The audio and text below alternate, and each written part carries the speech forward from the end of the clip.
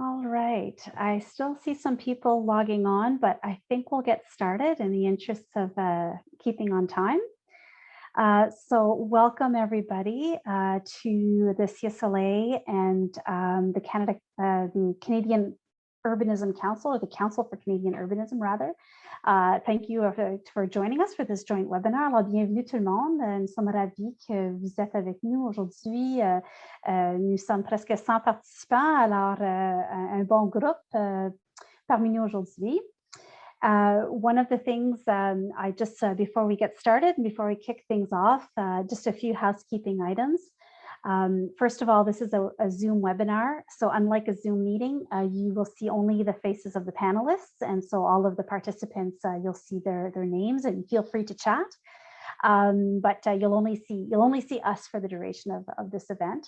The other thing I wanted to mention is we will open to questions and discussion at the end, and feel free to use either the chat feature or the Q&A feature. We'll be monitoring both.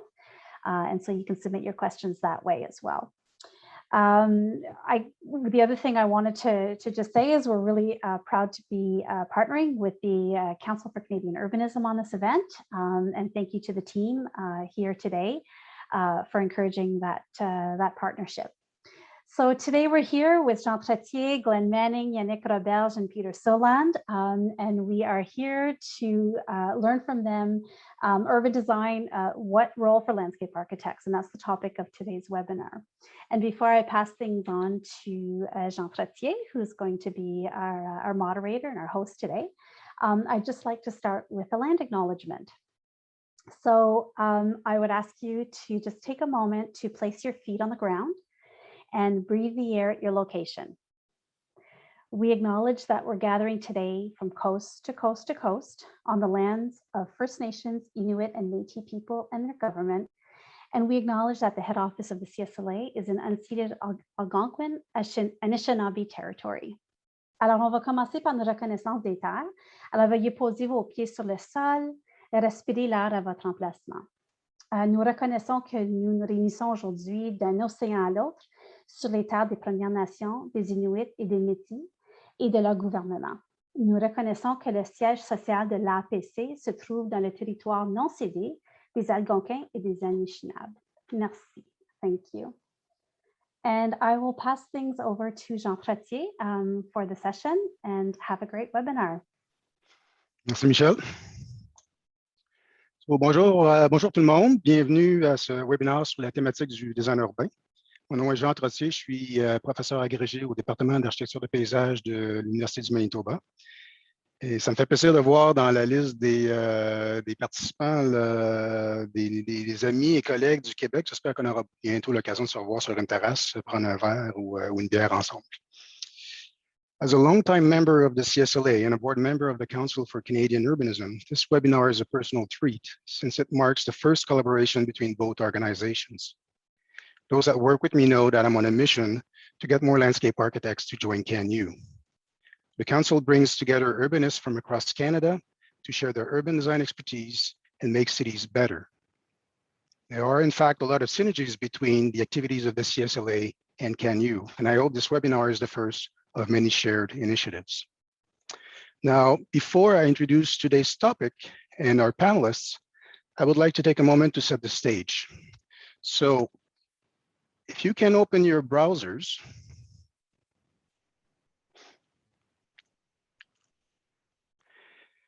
and go to www.menti.com. That's www.menti.com. And then enter the code 9764352. Let me enlarge this one here. 9764352. And then tell us in one word or two what you think landscape architects bring to the design of cities. You have 3 shots at it. And yes, you can do it in either French or English. So let me start this. We'll have about a minute. And just enter 1 or 2 words that for you capture the essence of what landscape architects bring to the design of cities. And as I mentioned, you can do it up to 3 times. So you can modify your answers. And we should be able to, or you should be able to see on your screen some of the ideas here: context, beauty, critical thought, human scale.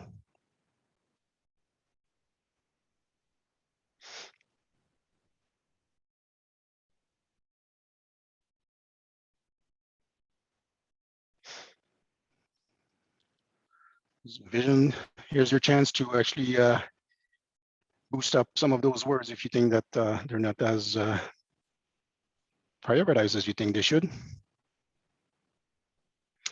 We get trees, green, greenery, function. Just a few more seconds.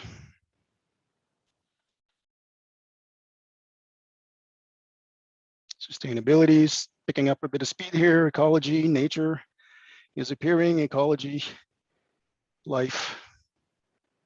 Greenery is getting a little bit of a last minute boost. Okay. So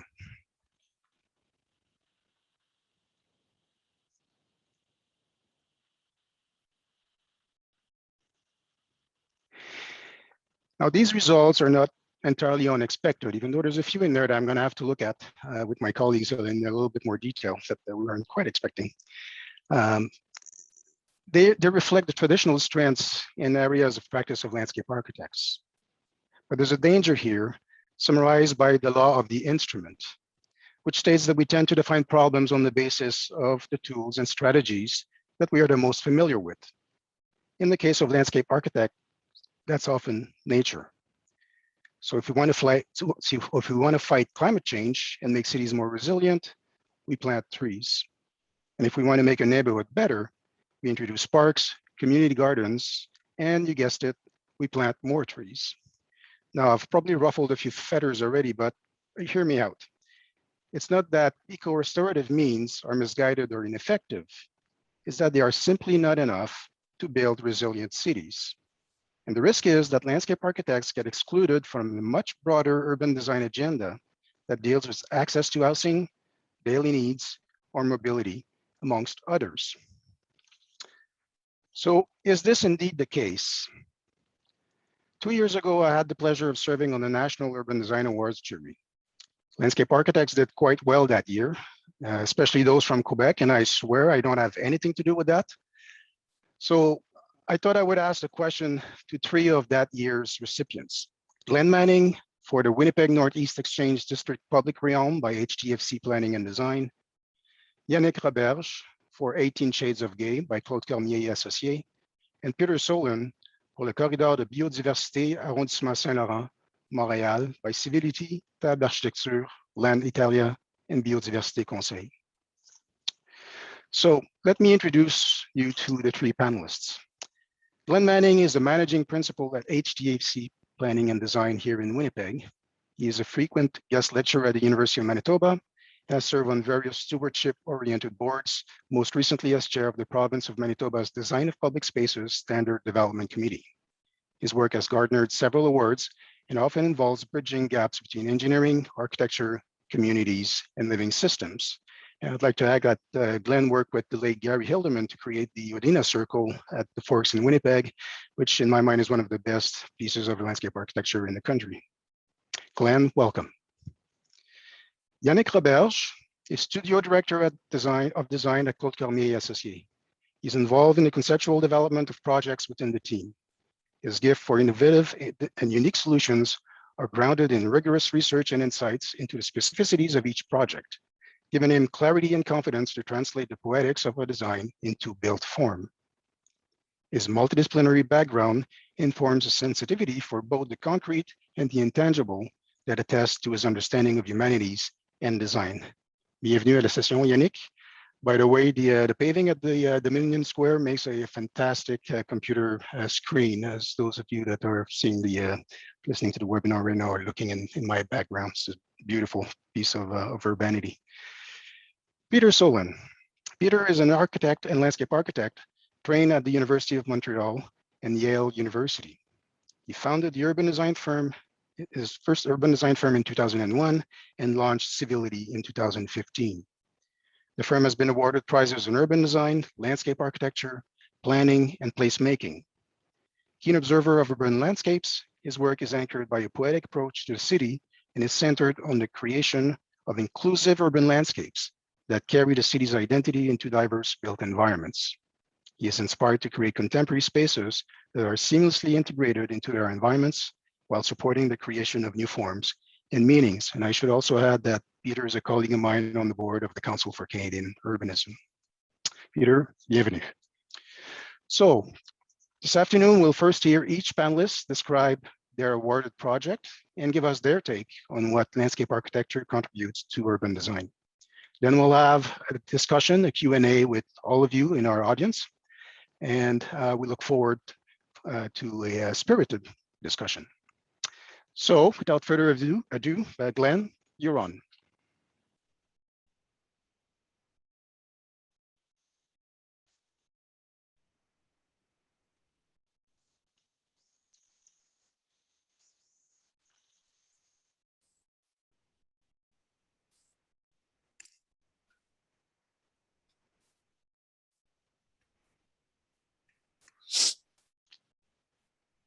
Okay, and I'm just going to go into display mode. Is that working out?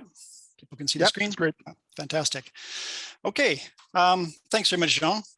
This project, the Exchange District Public Realm Project, was part of a larger, ambitious, multidisciplinary renewal plan in downtown Winnipeg. It was completed in multi-phases over about 6 years, starting in 2013. HDFC was involved right from the planning stages all the way through implementation. And we worked as a sub-consultant to WSP. The project covers an area of about 20 hectares or 50 acres between the Red River on the west and the Main Street, Red River on the east and Main Street. And it consists of a collection of warehouses, financial, entertainment, and grain trade buildings that date back to Winnipeg's boom period, which was between about 1880 and 1913. It's one of the most historically intact early 20th century commercial districts in North America. Many of the buildings have now been converted to loft-style residential units, offices, and a growing number of ground floor restaurants and shops. It's also a highly walkable area with comfortable proportions, richly detailed facades, as you can see. They address the streets nicely, and there's short blocks that are laid out in a nice, easy to navigate grid. So following that boom period, the district slowly fell into a decline, and there was quite a bit of vacancy. The center area was bulldozed in the late 1960s to make way for a new cultural hub. If you look at just the numbers on that urban renewal, it's actually one of Winnipeg's more successful ventures that way, rivaling the Winnipeg Jets for attendance numbers. But all that activity relies on pulling suburban residents into the core. It doesn't do really anything for the district itself. And just for full disclosure, our office is actually, the little red circle is here on the screen. So we're right on the edge of the study area. Fortunately, the city fathers ran out of money before realizing the full renewal vision, which aimed to replace the entire historic district, all those historic buildings, with a high-rise housing complex, freeways, and an amusement park.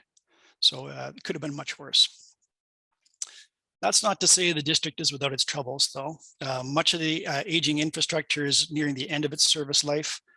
The conditions for pedestrians are pretty abysmal, actually, in a lot of places. Most of the streets had narrow sidewalks. There were heaving pavements, poor lighting, things jutting into the path of travel from all angles.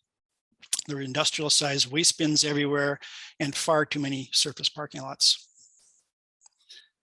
So what distinguishes this project from standard revitalization plans is that, like many places, Winnipeg suffers from fairly siloed municipal departments at times. And it was not uncommon to see water main renewal crews show up just as we were putting finishing touches on a streetscape project, tearing up the work that was just done. So this problem was actually the impetus for our study. The city hired WSP and HDFC to look at placemaking, mode shifts, economic development, and infrastructure renewals all at once in a single balanced district strategy. So essentially what differentiates it is that it was a much larger problem space than we were used to dealing with. The other unique aspect of this was the advisory committee was a pretty eclectic mix of both public works and planning representatives, historic resources, Winnipeg Arts Council, and a very strong contribution from an arm's length economic development corporation called CenterVenture. Together, we worked through the project and completed a lengthy analysis on a wide range of systems and layers, frequently checking in with residents and stakeholders just to make sure we had things right. From this, we developed a coordinated hierarchy of street types, cross sections that were designed to balance the multiple transportation modes we were trying to accommodate, respond to context and placemaking opportunities. But we were also looking at how the timing and funding of everything was set up to align with projected growth hotspots and also the infrastructure renewal needs. We devised a palette of materials and information systems that would help tie it all together, keeping in mind that there are broad differences in character, use, and need throughout the study area. So it could not just be applied as a blanket approach. One of the more interesting aspects of the plan happens not on the streets, but in the spaces between them. We saw that many of the primary pedestrian routes cut diagonally through alleys and parking lots, blurring the separation between public and private property. And rather than trying to change this pattern, we saw it as something that would be great to embrace, to activate those surface lots and those service corridors and turn them into an asset. Implementing this idea turned out to be a pretty big challenge, convincing property owners to reorganize their practices, essentially move their waste bins, and share space with the public. CenterVenture really went to bat on this. And I'd say we were pretty successful in claiming these spaces as part of the public realm. We also felt the need for some kind of recognizable marker that cued these alternative corridors were actually sanctioned places to walk. So you'll see these black trellis structures pop up around the district in the various photos, like wayfinding signs, where they provide a little bit of assurance where there is some ambiguity. It was also a great way to get some greenery into spaces that were often too tight or too shady for trees. So now that you have a little basic picture of the project, I'm going to shift focus toward the more general topic of this webinar and discuss 4 factors that I think are fundamental to urban design, but also overlap quite well with some core concepts in landscape architecture. And we'll drop in a few exchange district examples now and then to illustrate. The first of these factors is relationships. To me, urban design is a discipline focused on creating the right conditions for cities to occur. Like someone said, it's a canvas, not a masterpiece. It's really about crafting relationships. How do buildings, infrastructure, open spaces, and human activity interact to support each other? And how do these collections of relationships come together to function as coherent systems? Back in the 60s, Christopher Alexander argued that the modern urban planner's tendency to reduce messy networks of urban relationships into tidy hierarchical trees might simplify the management of urban spaces, but it robs them of some of their richness and humanity. The systems way of thinking comes naturally to landscape architects, and I did see that it popped up in the word cloud there is one of the thoughts. I think it helps us see past cities as simple hierarchies of fixed objects and spaces, and helps us embrace that whole web of interconnections between these different systems in all their messy glory. Within our project, the John Hirsch Wohnhof at the south end of the site was probably your best examples of system thinkings in the way that we were able to layer in social and mobility and environmental and infrastructure requirements and do it in a way that broke down the barriers between them. Second factor is time. Much of what we as landscape architects do, it requires a very long time span and is somewhat open-ended. We set things on a course, provide some supports to nurture them along, and then nature and human nature take over. Landscapes could never be described as frozen music. Nothing's ever static, fixed, or even fully predictable. And the same is true of cities. Similarly, many landscape practices like ours straddle the disciplines of design and planning.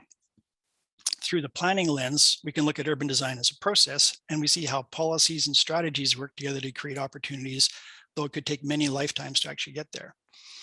So in our project, there was no expectation of instant success in the exchange, but we did look for ways that we could catalyze development and use strategic investments where it looked like the district was already ripe to grow. Third aspect is memory. One of the most powerful and engaging tools we have in urban design is tapping into the collective stories that are just under the surface. Doing this is another form of relationship building. It helps us connect ourselves with previous generations, different cultures and communities and worldviews. The exchange is loaded with memories to mine, and some of them are pretty dark. Elgin Street is also known as Hell's Alley, and it's a place where hundreds of strikers were trapped and beaten by a mounted mercenary force during the 1919 general strike.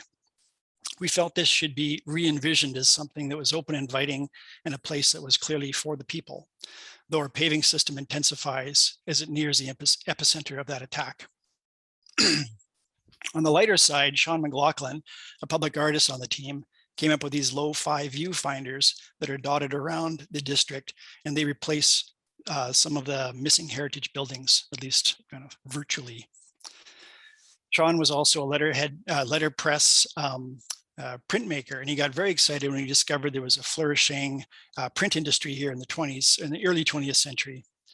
We see this reflected in the street names that are inscribed into the paving slabs, or recalling movable type. This flood marker is more at natural history, marking where the city actually still measures river levels. And the final point is where LAs can make a special contribution to urban design is social space.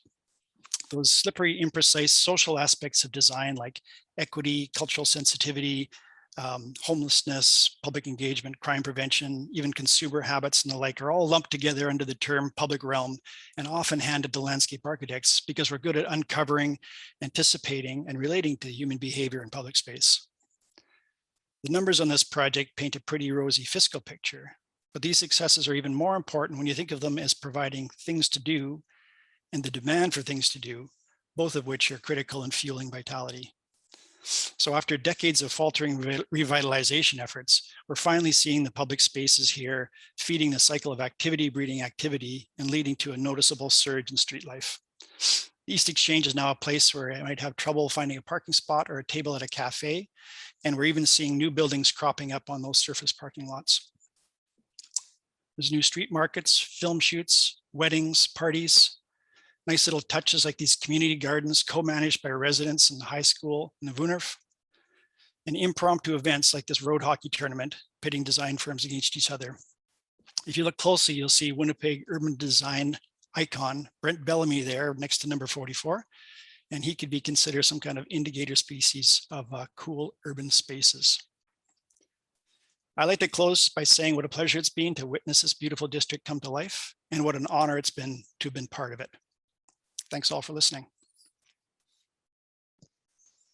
That's great, Glenn. I would say another attributes or characteristics of landscape architects is that they actually show people in the spaces that they've designed, which is good to see.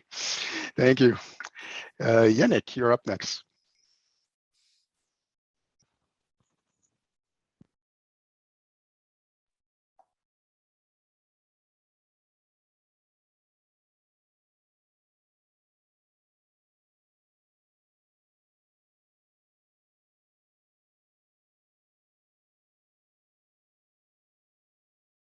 You're muted.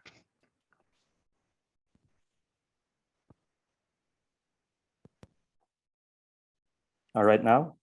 Yeah, that's perfect. Perfect. So thank you, Glenn, for your project. I think the project I'm going to present it's quite different, but ultimately we share the same goal. It's to bring people into the street and make a livable district. So for those who don't know, 18 Shade, it's a temporary installation made of 180,000 plastic ball suspended over Rue Sainte-Catherine East in downtown Montreal. So it marks the boundaries of the gay village and is part of Air Libre, which is a festival, a 5-month-long cultural happening that transformed the commercial street into a pedestrian mall during the summer from May to September. So 18 Shade is the flamboyant transformation of its pink ball predecessor, also by our firm, that was installed each summer from 2011 to 2016. So in 2017, we transformed the color scheme into a full Prismacolor spectrum to celebrate the 35th anniversary of the village, the 10th edition of Air Libre, the first edition of Prix de Canada held in Montreal, and also 375th anniversary of the City of Montreal. So to put you a little bit into the context of the project, it was initiated by the Business Owner Association of the village, which is known as the SDC du village.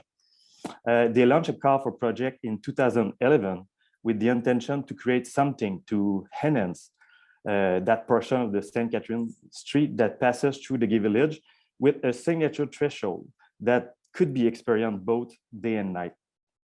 So at that time, the area has been in decline for the past several years, as we could see through an increasing prevalence of a social and economic problem, substance abuse, and homelessness. The consequence of that being the exodus of merchants, of customers, a general erosion of the quality of life, a decreasing sense of safety in the district, and a decreasing sense of belonging for those who call the village their home. So the concept of 18 Shades is inspired by the LGBTQ+ community flag and celebrates the evolving spectrum of identity, which are plural, diverse, and nuanced.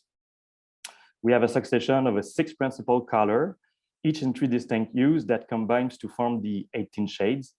So the 1 kilometer long, uninterrupted and continuous gesture create a very strong visual identity for the village by marking threshold at both ends, so at Rue Saint-Hubert and Rue Cartier, and also because it's continuous on the 12 intersecting cross street. It also provides a metropolitan landing for 3 major subway stations connecting to the city. So what we have is a kind of a experiential landscape infrastructure which is rooted at the scale of the neighborhood and at the pedestrian scale, but is also engaging the scale of the city. So there's different level of experience and meaning, whether the installation is seen from the Jacques Cartier Bridge, which is one of the main entrances to the city, whether they're seen from a rooftop or from beneath when scrolling into the street. Also, by working with the voids between the building and with the sky, what we have created is a unique and comfortable urban room that somehow brings everything together in the street, the building facade, the ground floor, and it unifies and enhances an urban environment that will otherwise be a little bit nondescript. So the full rainbow spectrum gives different tones and personality to the different zones of the village, creating new color landmarks for local and tourists who can now use these colors as geo-reference points in the city. The suspended canopy integrates the street natural foliage, going through 3 branches with a blast of artificial blossom. It provides a positive, optimistic, unusual, and joyful experience of color while modulating light and shadows as pedestrians stroll under the installation. I think what this project is showing is in terms of contribution of the landscape architecture discipline to the urban design field is the attention as landscape designer to the sensual experience of the landscape, the emotion and the mood it creates, as well as a will to create movement and engage people for promenade, in that case, through the chromatic succession of color.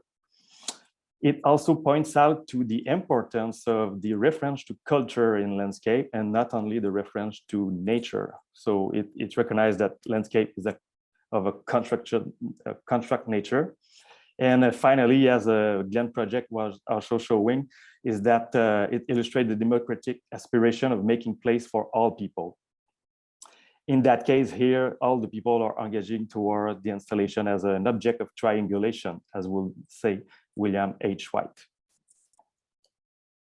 Another contribution of the landscape architect profession would be our ability, I think, to work through complexity of different level of approbation and so on with creativity.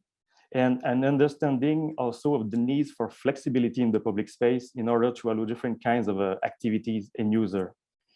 So in our case, in this project, the ball were installed 5 meters overhead to maintain a free streetscape.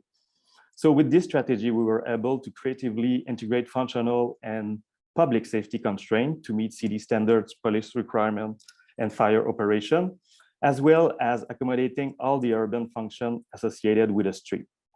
So think about the morning delivery truck, the different terraces on the street, the space for street, the store entrance, and so on. And also, this strategy is really, really cool because it allows all kind of use at ground floor, such as art installation, art festival, sidewalk sale, and so on. And there was a lot going on in the street during the summer.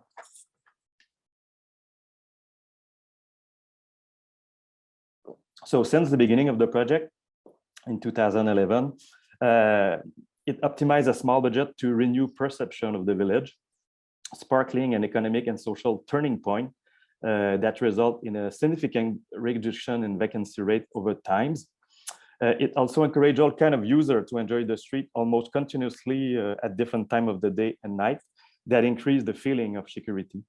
So this increased eye on the street approach, I would say, as we'll name it, Jane Jacob, I think is fundamental to the success of a neighborhood.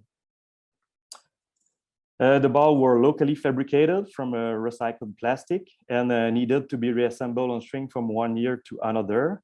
So an important point of the project was the integration of community members at all stages of fabrication, from manufacturing, assembly, storage, and installation. And I think it was key to activate the social and physical development of the area by creating a sense of ownership, pride, and belonging to the project. Over the year, the installation has created an iconic image, not only for the village itself, but for the city of Montreal as well, attracting international media, more visit by local and tourists, and an overall improvement of the reputation of the neighborhood.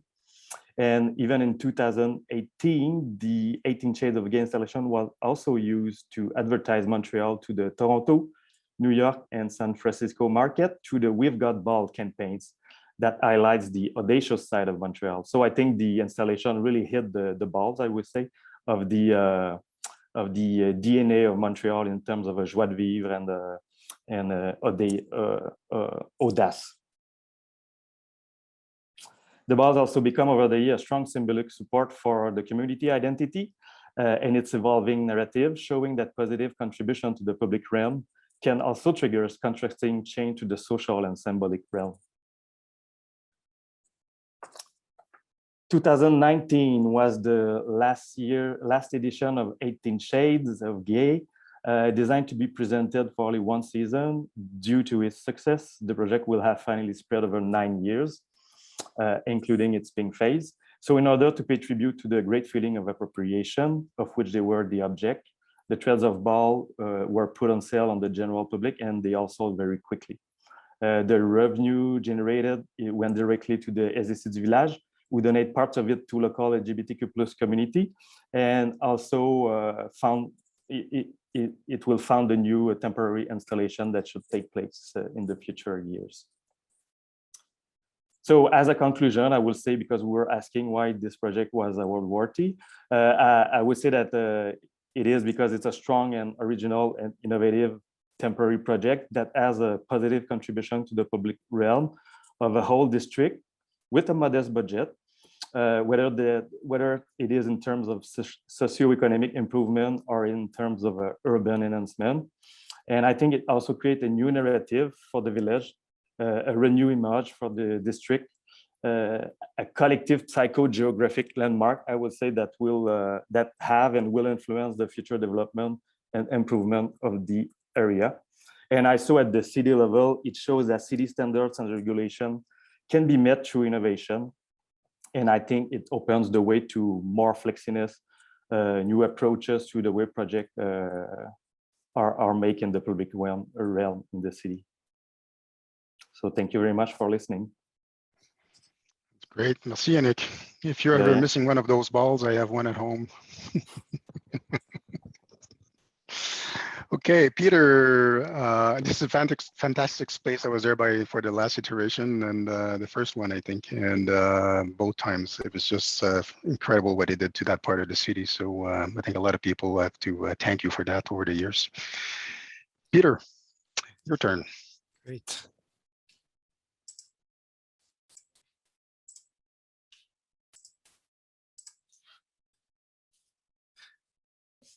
Great.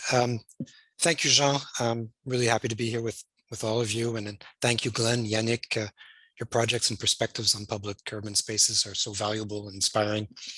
We're going to change scales a little bit here.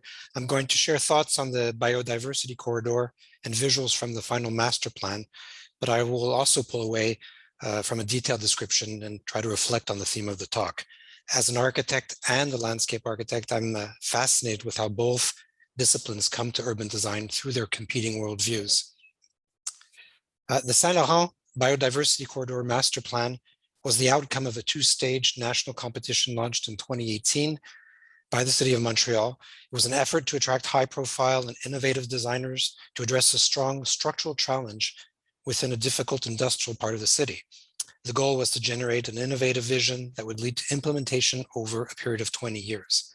The master plan, which was the ultimate deliverable of the winning scheme, proposes a vision, objective guidelines, many maps, and a timetable. Our winning scheme was composed, and the team was composed of my firm, Civility, Land Italia, Table Architecture, and Biodiversité Conseil, an independent consultancy in biology and forestry. Land Italia, which is an Italian-based landscape practice with a strong commitment to greening cities, were the lead designers. Table Architecture played a fundamental role in framing and illustrating the proposal. The borough's environmental department also played a large part, as it assembled a vast number of studies of small habitats and natural ecosystems still present in the highly humanized landscape. And it's fairly easy to describe Saint Laurent. It's basically an industrial park suburb built on and built out from an historical crossroad and a rural grid that persisted on the island of Montreal into the 1950s. It's a picture-perfect post-war car culture environment with large thoroughfares, huge surface parking, low density, big box industrial buildings, hydro infrastructure corridors, plane routes overhead, etc. This description certainly sounds pretty familiar to a lot of you. It's a massive heat island with a few remaining swaths of forest, parkland, and sterile expanses of grass. Its strongest attribute is perhaps its political landscape, which over the last 20 years has been determined to address the urban environmental challenges. The most significant aspect of the competition for such a large anthropic territory was that it was framed primarily through the lens of landscape architecture. While the city was seeking a multidisciplinary team, it required that the lead designer be a landscape architect. And this testifies definitely to the confidence in the profession's capacity to reimagine large-scale urban territories.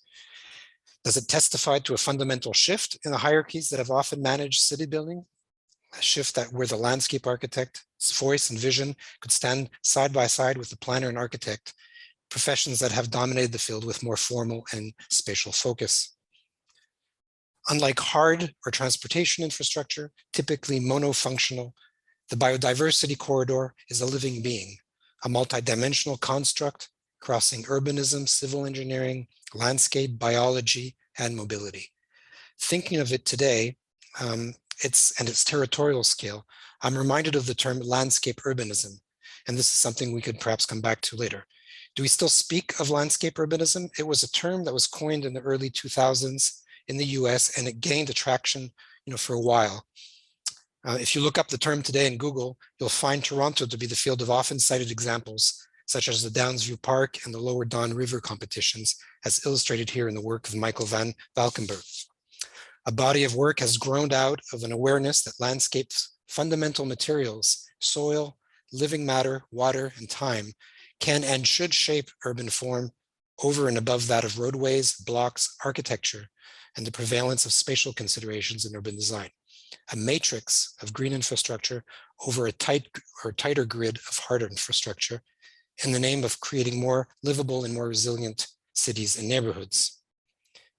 In an article published in Canadian Architect in 2009, the author recognizes the liberating potential of the movement's new landscape paradigm. But he's also dismayed at the fact that most of the work has gone the way of large-scale park design, circling back towards the landscape profession's defining monument, Central Park. And he gives James Corner's Fresh Kills project here, shown here on Staten Island, as a strong contemporary example. In more dense urban contexts, and this is a new eco neighborhood we have worked on recently along the Lachine Canal, You can argue that contemporary urban design practices, often led by architects and planners, have engulfed the landscape urbanism movement, and with it, the leading landscape architect's role. Architects and planners have seized the moment again, and as you know, architects love to do landscape. Unfortunately, they don't always share the profession's unique worldview, its understanding of natural systems, nor its faith in living habitats. Back to the corridor, I was not so much involved in the detailed design process. I was, however, instrumental at the public presentation of our team's proposal before the jury, leaning into our firm's urban design / urban landscape background. I focused on the confluence of landscape and planning, on our understanding that this was not only about bringing nature and biodiversity back into the city, protecting old and implementing new habitats, but about planning the public and social realm as well, organizing the urban field around the new green infrastructure, reducing rights of ways, introducing mobility corridors and public gathering zones throughout the new environments, bringing the public into contact with the new types of landscapes, crossing the logic of life and the logic of living, that is, strengthening and crisscrossing the natural and social networks that make up the city. What this says about the value of landscape architecture within urban design has to do with how the field and discipline aggressively tackles the public realm and public infrastructure. This means planning, which brings us back to urbanism and landscape urbanism, which I believe is still a useful concept.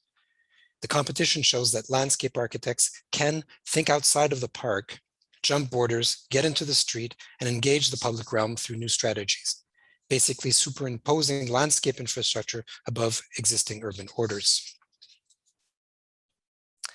The backbone of the projected interventions are the narrow strips of wasteland located under the giant power lines running along 3 of the borough's boulevards. And these are reduced in width, and the sterile strips of mowed lawn are transformed into modulated topographies and flowering meadows. Water retention and soil remediation replace ecological wastelands. Existing wooded edges and ponds are crossed by new pedestrian trails, upgraded bicycle paths, and observation decks. The competition images are commonplace today in landscape architecture, especially with butterflies and other pollinating creatures in the foreground. But what I find really exciting about the proposal is how the suggested landscapes are neither urban parks in the traditional sense of the term, nor no-go flowing prairies, nor your typical eco-territories, most often placed at the outskirts of lived neighborhoods. These are hybrid forms of public or social space, weaved into green infrastructure. They are anthropic forms of natural environments weaved into the social infrastructure and network. The corridor is an open-ended infrastructure. It begins at the highway interchange, another vast open network of potential landscape and habitat connectivity, and finishes at the intersection of La Prairie River and some of Montreal's strongest and existing ecoparks. Recently, the mayor of Montreal announced a plan to pursue the corridor south, as you can see here, connecting La Prairie and St. Lawrence rivers into a 27-kilometer long biodiversity and mobility infrastructure. And there are also efforts to link the Mount Royal Park as well, as you can see here, the corridor is running east.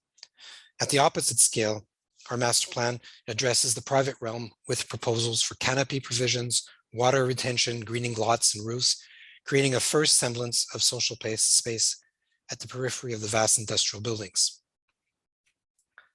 One of the key aspects of the landscape architect's worldview is an insistence of process over form, indeterminacy, and open-endedness. I think both Glenn and Yannick spoke to this. Temporality is key to landscape architecture and the natural environment, as it is to planning. So there's a fundamental connect between the landscape worldview and the growth and transformation of the city. The crossover to this urban design happens when the landscape architect starts to break down the limits that others impose on the place of natural environments within the city, but perhaps more importantly, on the limits to the unique thought process that landscape architects bring to shaping urban space. In a recent article I published in Landscape Paysage, we were asked to address the issue of beauty in landscape. Using the biodiversity corridor as the backdrop to my piece, I concluded that beauty there resided in the ethics of the project, or more significantly, in a space where ethics and aesthetics come together.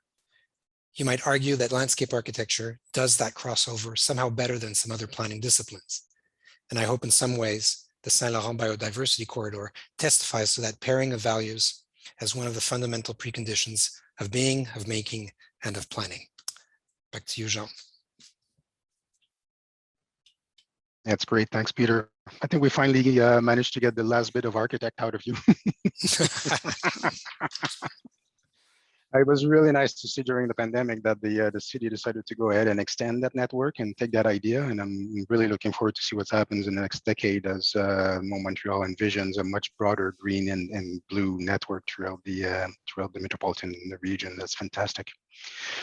So thank you, all three of you. Now, we'd like to open it for questions and discussions. So what I would like to suggest to our audience is to go into the Q&A at the bottom of your screen and type in the questions that you would like our guests to entertain.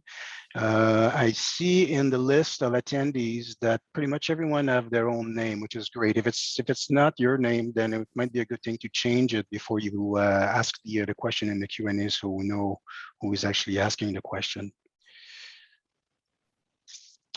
So while we're waiting for the first questions for our audience, I did have a thought that spurred from your presentations and something, Peter, you mentioned at the beginning of your presentation. And I went back and we did this a bit of a rehearsal before this last week. And so I went back afterwards to look at the National Urban Design Awards, where the last few years that the program has been running. And what was interesting is that there are a lot of landscape architects involved in the civic design categories, which arguably a lot of what we've seen today in terms of your projects could fit in. Maybe the one for the Saint Laurent neighborhood broadens beyond that.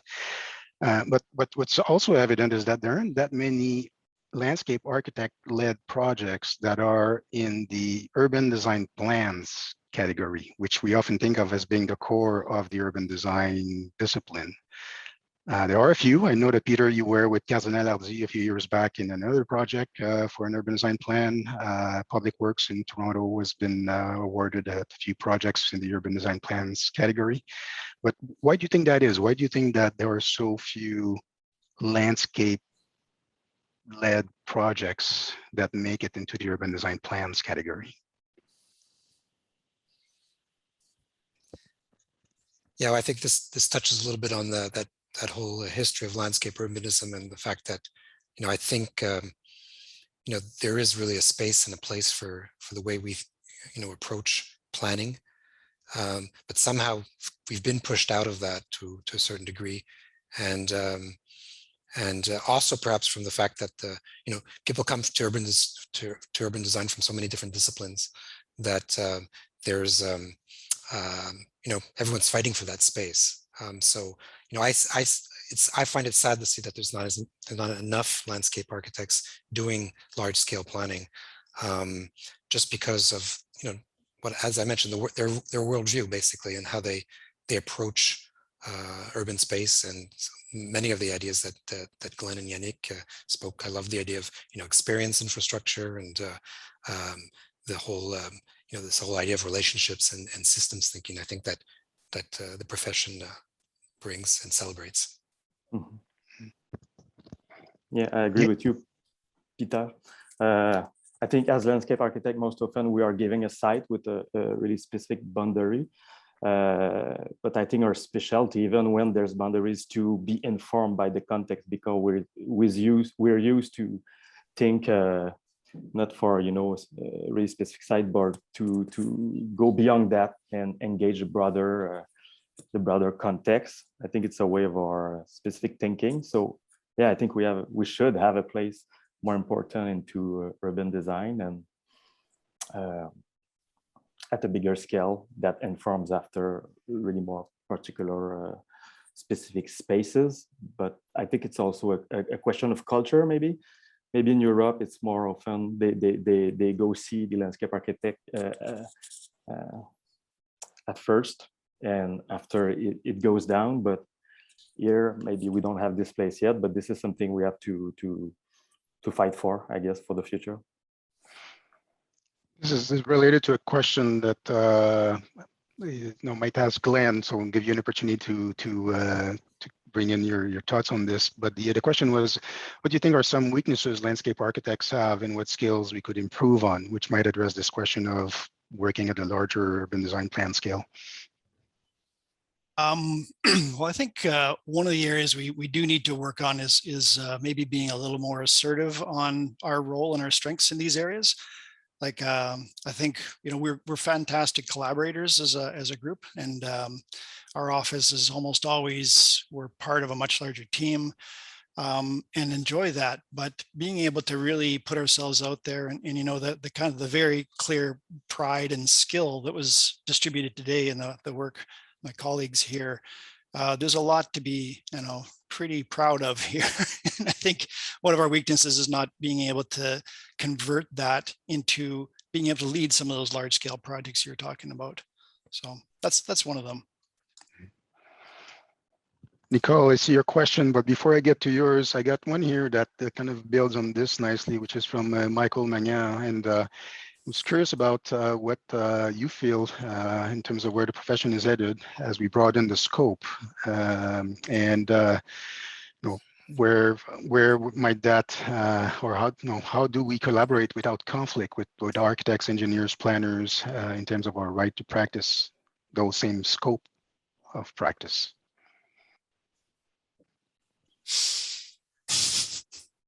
Glenn, you've worked with engineers so quite fair amount. So yeah. Well, I actually find that that problem is more acute with architects than with engineers. I find that engineers are really happy to delegate some of those areas. When I talked about the human dimensions of design, it seems like that's an area that so we have a very nice, clear working relationship, and our roles are quite complementary. And I find with some of our architect colleagues that they get excited about landscape and they want to get in there, and it's tougher to hold on to those areas. But I think as far as conflict free, maybe that's not what we should be shooting for. I think we need to understand that, hold our ground, state our case, do the good job. And that if we're just going to back off and not try and ruffle any feathers by really expanding into the area of urban design, I'm not sure that's the right approach. Let's hold on to that. It's also in the structural way cities are built. When you think of there's a planning department and there's the parks division, and unfortunately most of the sort of landscape planners are confined to the borders of their parks, and the planning department is full of planners, mostly planners and architects, and they just repeat and the scheme or the hierarchy of when one discipline comes in. And so that has to be broken down slightly. And I think as much as landscape architects, once they start bringing in their project by project, the way they plan, or to start planning, that's a bit what the eco neighborhood I showed briefly today, is that it wasn't a street grid that started the planning of that neighborhood. It was a grid infrastructure that was based on history, based on traces, based on existing woodland, its connection to the Canal La Chine. And so that was the ossature, the framework of the public space. And a planner won't necessarily go there, an architect won't necessarily go there. So by showing and demonstrating that value of our perception of what's important in creating open space it's by example, basically. Mm-hmm. So now back to Nicole Valois' question. I was wondering if landscape architects, or one of you, have been involved in urban design projects facing flood problems, contamination, etc. And if so, how landscape architects play a role in terms of dealing with those issues.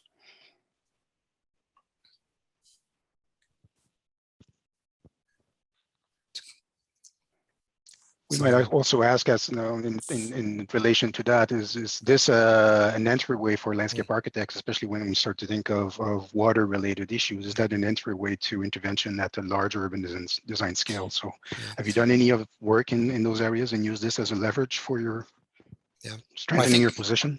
Yeah, I think, water is key to not only having landscape architects think through urban systems, but it's also a way to address climate change, environmental preoccupation. So in Montreal, in any case, the way we deal with water is coming to the foreground. So that's a good thing. And in all the projects that we're doing, every streetscape we address water, and how can we do water better, and how can we do rain gardens within the public realm. It's a very, very complicated challenge, but as Glenn was mentioning, we're great partners in that type of thinking, because we could understand and talk to the civil engineers and really come up with an overall design for elements like that green infrastructure. Yeah, I will add maybe to Peter's answer that we're working, most of our projects are in Toronto, and they have really high level of expectation in terms of water management on site. So what we're trying to do is to use silver and all these technologies to grow trees, to capture the rainwaters and treat it, recycle it into the use of trees. So just a way of thinking of, using waters and taking the best out of it to make parks look great and trees grows well on site. Yeah, it reminds me too, Jean, that the things that we need to think about and the things that we're responsible in urban design problems are mushrooming.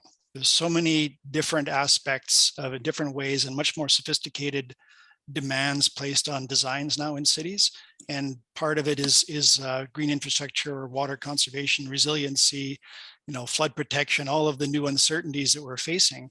It's becoming increasingly challenging, but also increasingly rewarding, because we're thinking about, we're really solving so many problems right now, and it becomes a much more vital enterprise in my mind.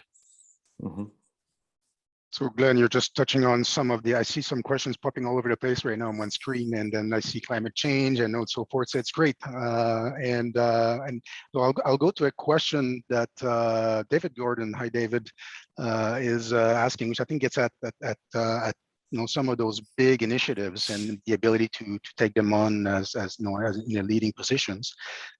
David says that financial management is key for the big cities, city scale infrastructure initiatives. Can LA show leadership here?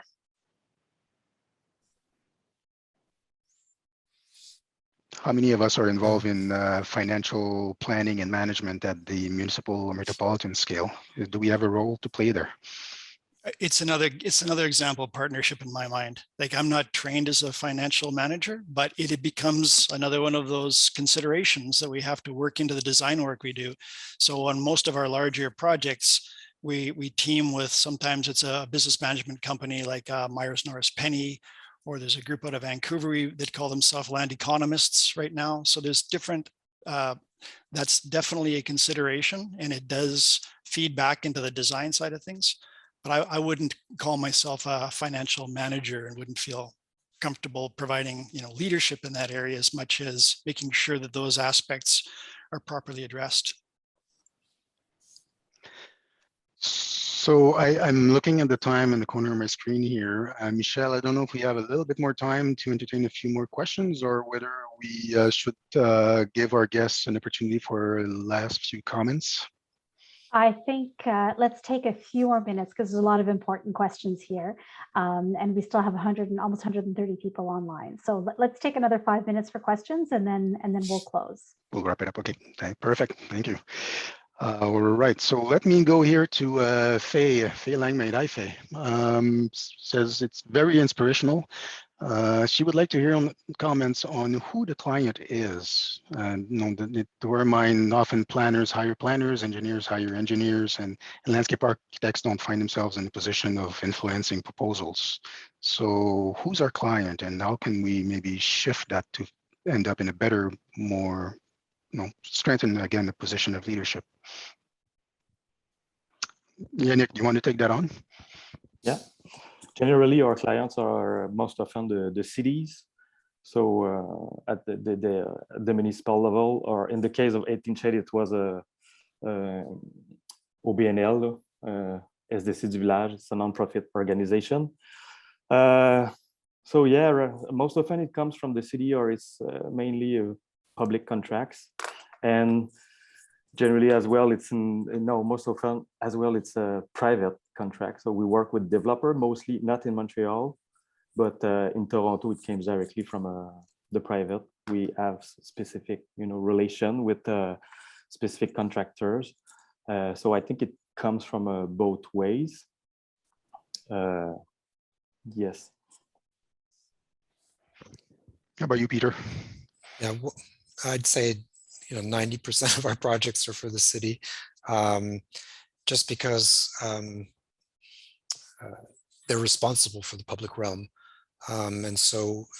But we come to it from different departments. We have projects from the obviously from the planning department and the parks department, but also from the sort of the engineering services of the city that are all involved in building, infrastructure and streetscapes.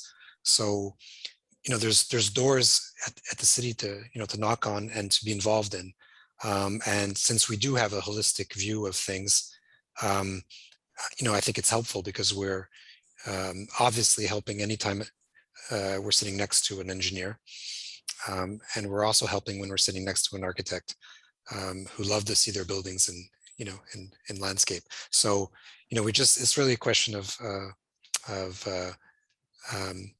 presence and just, but yeah, the city in our case is so involved in refashioning the public realm here in Montreal after many decades of negligence that we're pretty busy just and happy doing that.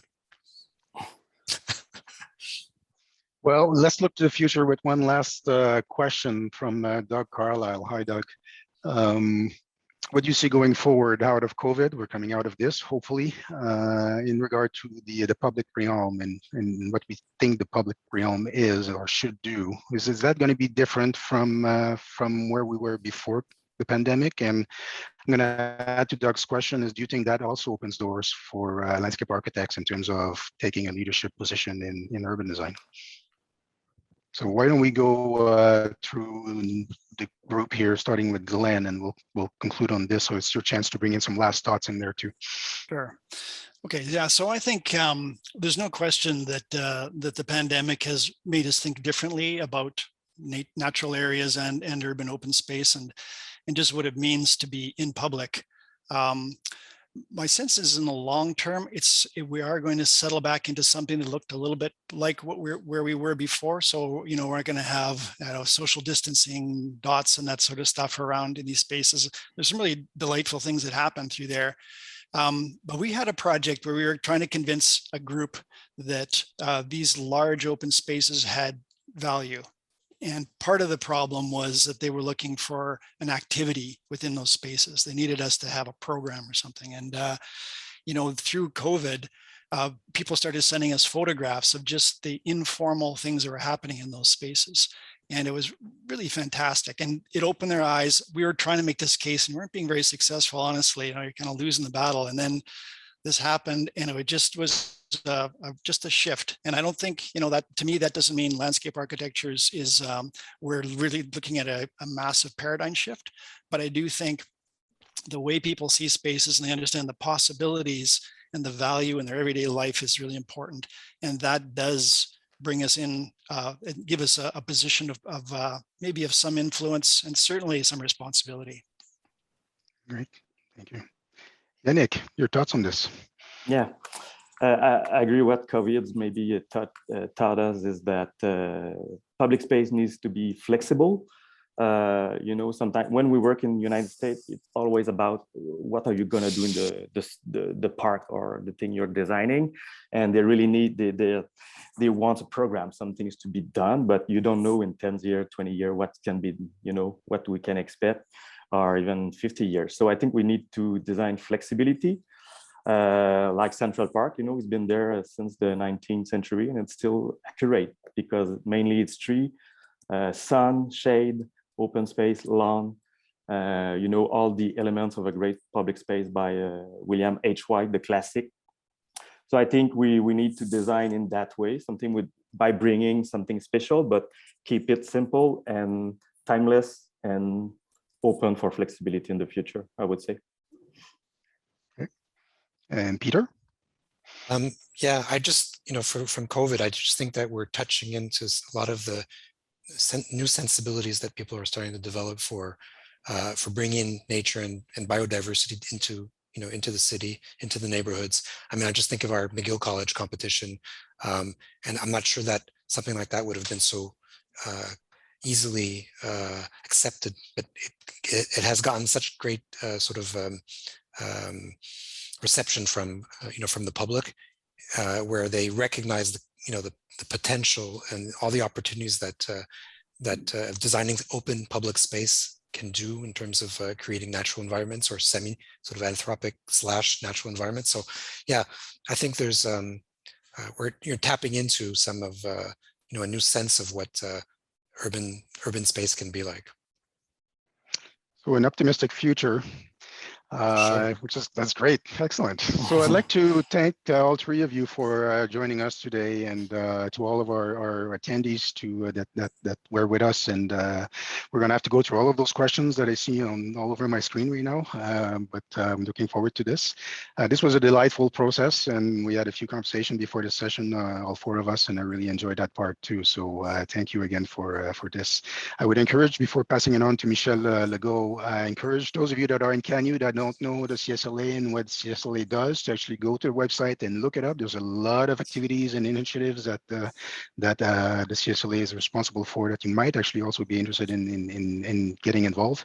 And those of you that are members of the CSLA, look up CanU and see what CanU is really promoting. And if you are interested, please join. I'd be happy to have more landscape architects in there. Thank you very much. Michel, on to you. Thank you, Jean. Just a few parting words. First of all, after a little bit of post-production work, we'll be making this video available on our YouTube site, so just stay tuned for that. It'll be announced in our bulletin. And of course, we've downloaded all the questions, lots of really great questions here, and some that we weren't able to address. So we'll talk to the team about how we can keep this discussion going. And finally, thank you, gentlemen, to Jean, Glenn, Yannick, Peter, for a really engaging and fascinating topic. And on behalf of CSLA and CanU, we're so pleased that we were able to do this and keep it coming. So thank you very much. We expect to see great things from this year's National Urban Design Awards. There's a call for submissions now. So December 17th. That's right. Is the deadline. That's right. So thank you very much, everybody. And we're so pleased you're able to join us. Merci tout le monde et bonne journée. Salut tout le monde. Merci. Bye bye. Au revoir.